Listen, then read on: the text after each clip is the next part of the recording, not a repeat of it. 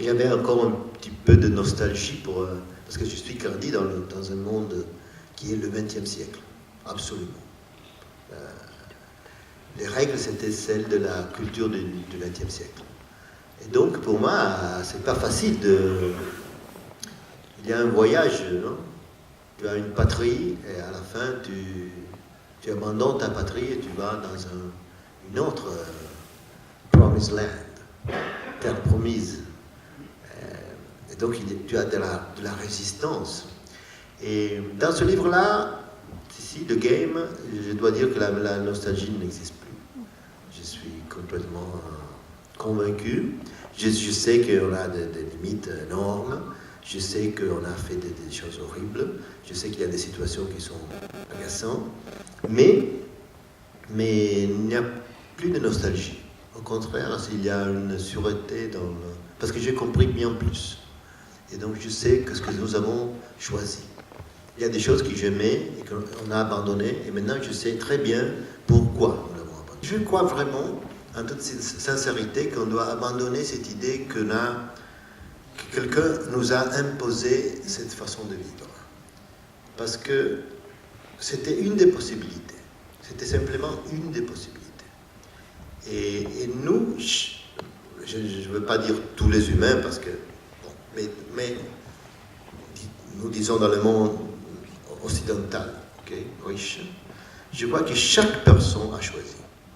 Il a été un procès en vitesse, mais pas trop, dans lequel on avait des possibilités. Quelqu'un a commencé à accepter ça, et les jours après, ils étaient en plus. Et il y a un instant dans lequel vous avez pris le portable en main, et vous avez accepté le portable.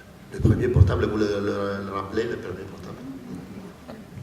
Et quand vous avez eu ça, le portable, vous avez accepté ça, mais ce n'était pas une position. C'était quelque chose que, si vous remontez à la sensation que vous aviez, ce n'est pas quelque chose que, oh non, je dois utiliser ça. Non, c'est quelque chose que nous voulions. Parce que nous étions emmerdés par ce stupide film qui nous gardait dans un coin pour téléphoner. Et quand nous avons envoyé la première mail, vous avez eu l'impression que quelqu'un vous imposait quelque chose? Non. Finalement, il y avait quelque chose que je voulais. Des années avant, je désirais ça. Non, je crois vraiment qu'il y a été quelque chose que nous avons accepté dans l'usage. Comme disait Stuart Brand, nous avons commencé par les outils. Parce que culturellement, non, nous avons fait beaucoup de résistance. Mais nous avons accepté les outils. Nous les utilisons. Et là, nous avons accepté, c'était bien pour nous.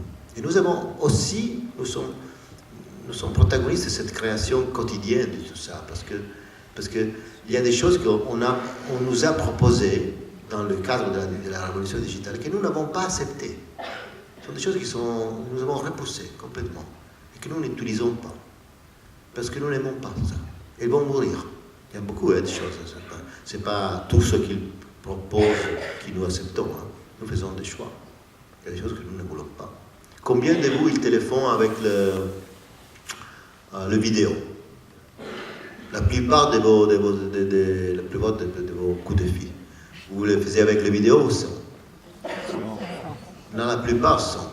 Parce que le vidéo, c'est quelque chose qui est utile de temps en temps. Nous l'utilisons quand nous devons utiliser ça. Mais ce n'est pas quelque chose que nous disons. Le film est 3D. Le film 3D avec les lunettes. Vous l'aimez? Il devait être le futur. On va refuser. On ne l'aime pas. Et ça. Donc, non, je crois que c'est pas comme ça. Vraiment, sincèrement. Je crois que nous avons accepté ça, nous avons décidé que c'était bien. Et c'était bien. Nous ne savions pas exactement pourquoi, mais c'était bien. C'est difficile de refuser quelqu'un qui te donne toute la musique du monde dans ton portable. Tu dois avoir des raisons très fortes. Et je souligne le fait que souvent sont pratiquement gratuits.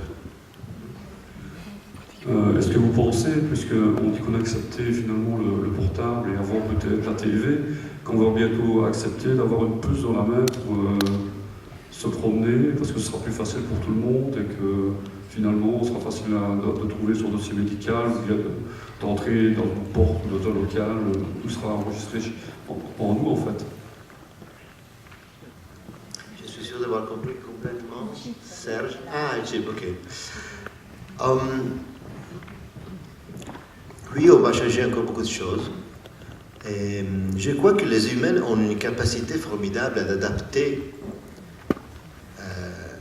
l'existence quotidienne à les choses qu'ils ont créées. Et donc, je crois par exemple que la présence de portables, par exemple, dans notre vie, nous sommes en train d'apprendre comment nous pouvons l'utiliser vraiment. Et en général, les humains gardent de l'expérience quotidienne les choses qu'ils aiment. Et le portable nous n'empêche pas de faire des choses que nous aimons. Se promener, parler avec les gens, faire l'amour, aller au théâtre. Nous devons simplement adapter le monde. Et puis, avec ça, bon, nous avons gardé ce que nous aimons et nous avons le portable. Et avec une vitesse qui ne doit pas être trop bon, on va vers des choses comme ça, mais surtout maintenant l'intelligence artificielle qui sera le prochain step de tout ça. Et là, vraiment, dans 20 ans, quand on pensera qu'on avait des problèmes à accepter les apps ou le portable ou l'ordinateur, ça nous semblera fou. Parce que là, avec les résultats de l'intelligence artificielle, vraiment, nous allons vivre dans un monde dans lequel les machines font vraiment des choses énormes. Ils vont substituer les médecins, par exemple. Et ça, c'est dans une vingtaine d'années. Et donc, quand tu iras te faire guérir par une machine, le problème, le portable de ton fils, c'est un petit problème. Parce qu'on apprend. Mais on a toujours fait comme ça. Les humains sont comme ça. Ils avaient les chevaux, et puis ils ont fait les machines, les automobiles. Et ça a été un désastre, mais debout. Et aussi maintenant, on est en train de comprendre comment l'utiliser. On a fait un désastre pour le planète. Mais à la fin, les gens s'aimaient, les gens étaient curieux, les gens faisaient des expériences, les gens se promenaient dans les bois avant et font la même chose maintenant. On construit quelque chose, on apprend comment l'utiliser et comme rester soi-même avec cette chose. Et dans le procès, on fait il y a des incidents, c'est toujours comme ça. Mais c'est dans l'esprit des humains. C'est une habilité que nous avons. Donc, pas trop peur, voilà. Et de temps en temps, quand j'arrive chez moi et j'ai oublié la clé, je désirais d'avoir quelque chose.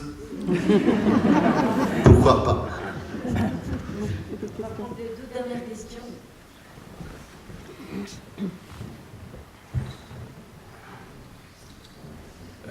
Avec tout le respect et l'admiration que je vous dois, je dirais que vous êtes un indécrottable optimiste. Ce qui s'est passé ce matin, ici, cette présence massive de public, un dimanche matin, à l'heure où probablement la cathédrale de Liège est vide, qui vient nous écouter, c'est le signe que ce que Georges Steiner appelle la réelle présence est encore nécessaire. Et je pense que je préférais penser comme vous, c'est-à-dire croire encore au lendemain qui chante. Non, je ne suis pas d'accord. Je ne suis pas d'accord. Ou alors nous acceptons l'idée du sacrifice de l'humain sur l'autel de la continuité du monde. Quand je dis le monde, je n'ose pas dire la Terre, parce que la Terre, on l'a détruite.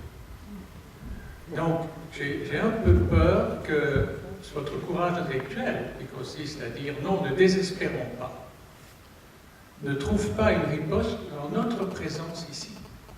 Ils sont venus à des centaines ce dimanche matin vous écouter, parce qu'ils préfèrent entendre quelqu'un de chair et de sang qui leur parle directement que de devoir se contenter de penser en boîte.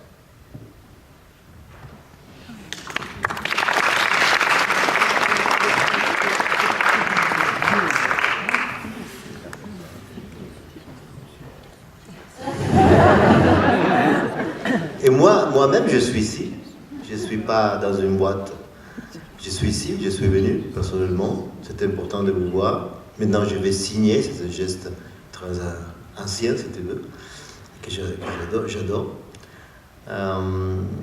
Il y a une sorte de femme de la vie, femme de la vie, et qui c'est curiosité et ambition de l'expérience et ambition du sens de l'existence. Et cette envie, cette femme, je crois que toute la révolution digitale est née à cause de cette femme et pas contre cette femme. Pas du tout. Pas du tout.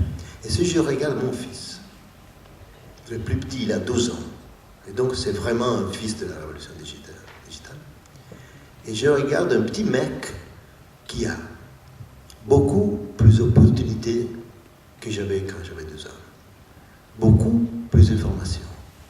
Une idée très adulte de la réalité. Il fait beaucoup de choses réelles. C'est pas dans une boîte à faire un ordinateur. Il a beaucoup de femmes. Alors tu vas dire, ok, il est ton fils, donc il est privilégié. Oui, mais ses compagnons, c'est la même chose. Ils sont très vivants. Il a vu, je crois, 50 fois les films que j'avais vus à son âge. 50 fois. Il a lu le même numéro de livre. Parce que c'est plus simple avec ça, de se procurer des livres. Il sort de chez soi souvent. Il joue à FIFA 2018, mais il joue au football. Et les deux choses se croisent d'une façon qui est admirable. Parce que c'est une culture, la culture du football qui route complètement. Il connaît tout du football du monde. Moi, je regardais une demi-match le dimanche soir à la télé.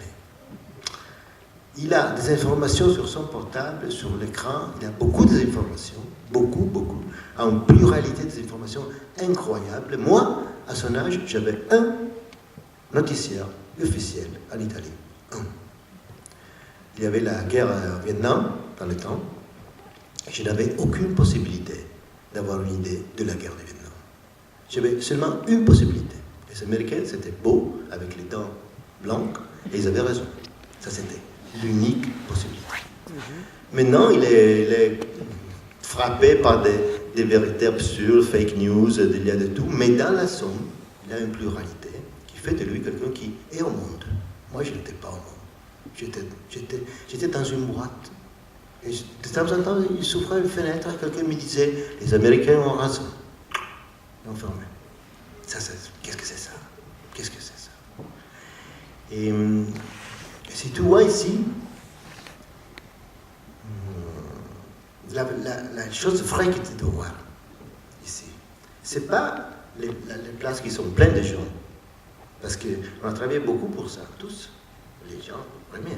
C'est des gens qui sont intéressés à tout ça. Mais tu regardes les places qui sont vides. Ça, c'est le message que tu dois recevoir. Parce que ça, c'est le futur. Parce qu'ils ne vont plus être vides. C'est impossible. Chaque année, ce sera mieux. Parce qu'il y a une sorte d'énergie qui bouge, qui passe. Il y a une possibilité de vivre la femme du son, de l'expérience. C'est plus haute. Ils ne sont pas dans des boîtes. Dans certains cas, ce sont nous qui ne sommes pas capables de rejoindre toute cette femme. Ça, c'est vrai. Parce qu'on doit apprendre, c'est pas simple. Mais dans la révolution digitale, je t'en prie de me croire, ces places-là sont pleines, sont pas vides. Et partout, partout. Il y a une participation, une culture diffuse qui est bien plus puissante. Pas puissante. Donc ça, c'est le debout. Ça, c'est bien.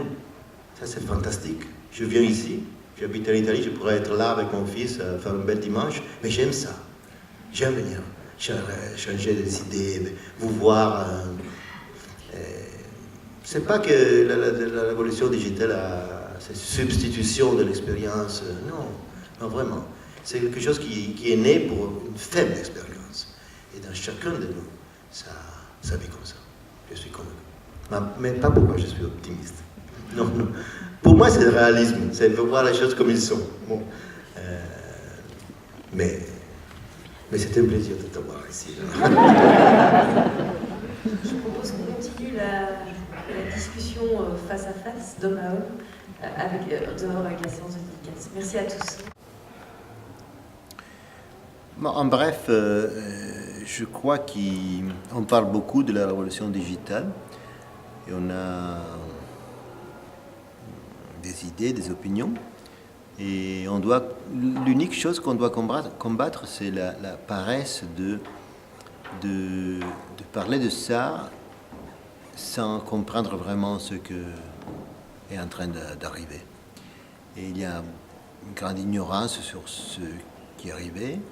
C'est très confortable de ne connaître, de comprendre vraiment, parce que comme ça, c'est plus facile de juger, d'avoir des positions. Et donc, ce livre auquel j'ai travaillé, qui s'appelle The Game, le jeu, je crois que c'est simplement c'est la volonté d'expliquer la table du jeu. Effectivement, c'est ce qu'il est en train d'arriver, et de reconstruire un peu la genèse de tout ça, de mettre en clarté, de clarifier des passages. Et pour la plupart du livre, il n'y a pas de juger sur tout ça. Simplement, il y a une description. Parce que la plupart des gens ne sont pas conscients de ce qui est arrivé vraiment. Et donc, le service que je fais, c'est ça. Pour moi, était très passionnant. Et puis, on peut juger, avoir des opinions. Mais quand tu connais vraiment la réalité. Mais sinon, c'est une paresse intellectuelle, c'est une défense des positions qu'on a, des privilèges, c'est un peu comme ça. Comme dans toutes les révolutions, il y a tout un monde qui va perdre tout dans cette révolution, et donc il y a une juste réaction, légitime, si tu veux. Mais ce n'est pas quelque chose qui est utile pour la collectivité, c'est quelque chose à défendre les privilèges de ce mec-là ou de l'autre. Mais ce n'est pas utile. Et cela dit, moi aussi, j'ai beaucoup de doutes sur cette révolution. Il y a des risques, il y a des choses qui ne marchent pas du tout, on les connaît très bien. Mais souvent, c'est un peu comme être sur un train et voir je ne sais pas, la toilette, c'est pas bien, et contester la toilette, mais ok, c'est juste la toilette, elle est horrible. Mais la chose qui compte vraiment, c'est le train. Pourquoi tu es sur ce train-là? Où va-t-il? Tout ça. Le train prend la direction du paradis ou de l'enfer? Non, le train prend la position. Je pense que c'est un train avec lequel nous faisons une fuite. C'est une évasion. C'est une évasion d'un monde, d'une civilisation qui a été agaçante. C'est la civilisation du XXe siècle. De guerre mondiale, la bombe atomique, la guerre froide, la Shoah, tout ça, dans un siècle. Et ça, c'était exactement le résultat d'une culture et d'une civilisation. Et donc, je crois que la révolution digitale, c'est la fuite de tout ça. Et donc, le train, c'est nécessaire. Le train, c'est vital. Et s'attarder à contester le fait que la toilette, c'est pas grand-chose, c'est pas quelque chose de